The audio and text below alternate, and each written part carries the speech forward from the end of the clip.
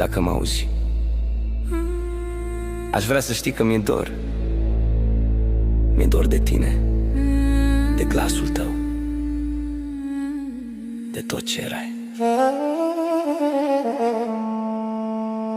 Îți mai aud pașii prin casă în gând și vocea ta îmi spune nu plânge, sunt pe pământ. Dar știu că e doar visul care mă minte blând, că tu ești sus acolo și mă privești pe rând. Mi-e dor de mâinile tale, mi-e dor de miros, mi-e dor de serile când totul era frumos. Aș da tot ce am, tată, să te mai văd odată, să spun te iubești și să te țin aproape, tată. Tată, rămâi în inima mea, acolo unde nimeni nu te poate lua. Ești lacrima ce cade încet pe obraz, ești vocea ce-mi spune nu uita cine ai fost azi. Tată, rămâi în sufletul meu, chiar dacă nu te mai văd, știu că ești mereu.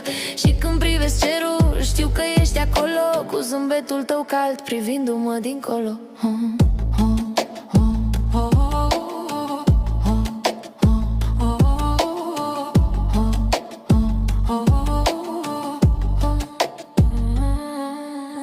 Țin minte cum mă mângâiai pe frunte când viața era grea și nu aveam răspuns la toate. Tu îmi spuneai ai încredere, fată dragă, că binele învinge chiar dacă lumea te leagă.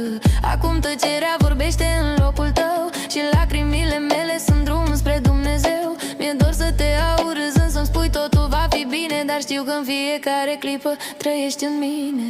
Tată, rămâi în inima mea, acolo unde nimeni nu te poate lua. Ești lacrima ce cade încet pe obraz, ești vocea ce-mi spune nu uita cine ai fost azi. Tată, rămâi în sufletul meu, chiar dacă nu te mai văd, știu că ești mereu.